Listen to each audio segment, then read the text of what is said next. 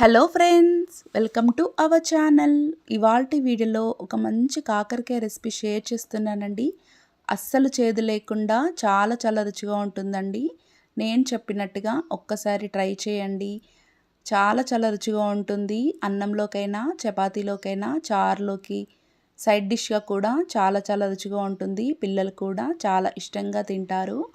మరి కాకరకాయ వేపుని ఎలా ప్రిపేర్ చేసుకోవాలి చూసేయండి. నేను ఇక్కడ అర కేజీ వరకు కాకరకాయలు తీసుకొని శుభ్రంగా వాష్ చేసుకున్నానండి.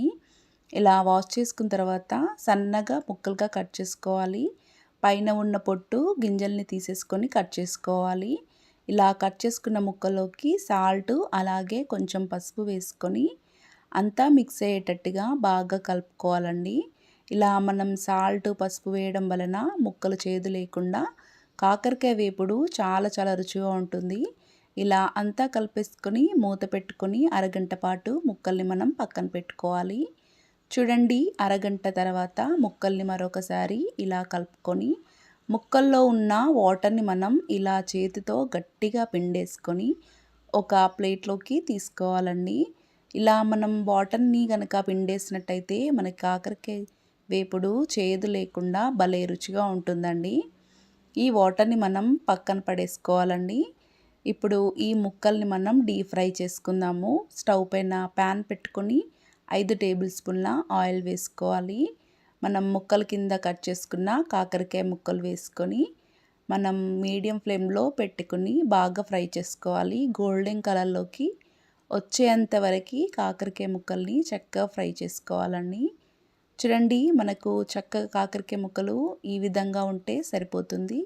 వేరొక ప్లేట్లోకి తీసుకొని మిగతా ముక్కల్ని కూడా చక్కగా మనం మీడియం ఫ్లేమ్లో పెట్టేసుకొని ఫ్రై చేసుకోవాలి. చూడండి, మనకి కొంచెం కలర్ చేంజ్ అయ్యిందంటే వీటిని కూడా ప్లేట్లోకి తీసుకోవాలండి.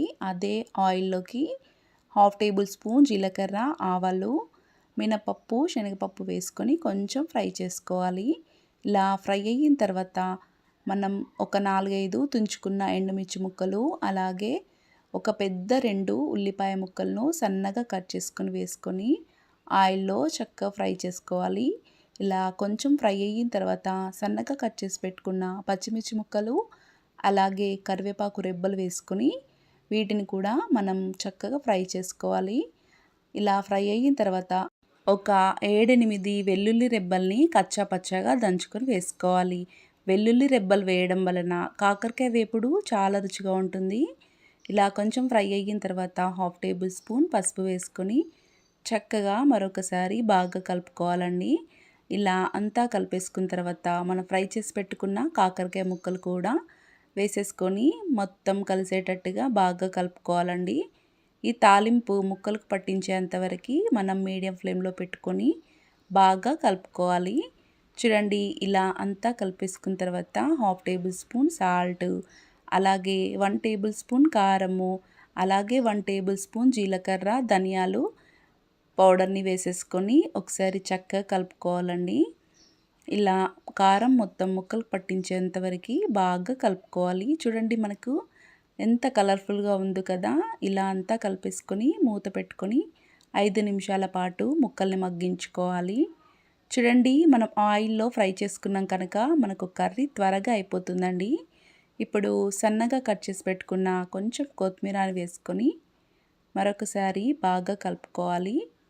చూడండి, ఇలా అంతా కలిపేసుకున్న తర్వాత సాల్ట్ కొంచెం తక్కువ అనిపిస్తే ఇప్పుడే యాడ్ చేసుకొని మరొకసారి బాగా కలుపుకోవాలి. చూడండి, ఎంత కలర్ఫుల్గా ఉంది కదా కర్రీ.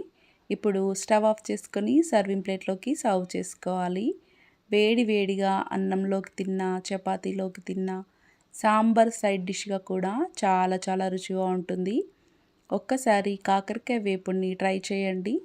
మీకు ఎలా కుదిరిందో కూడా కామెంట్ చేయండి.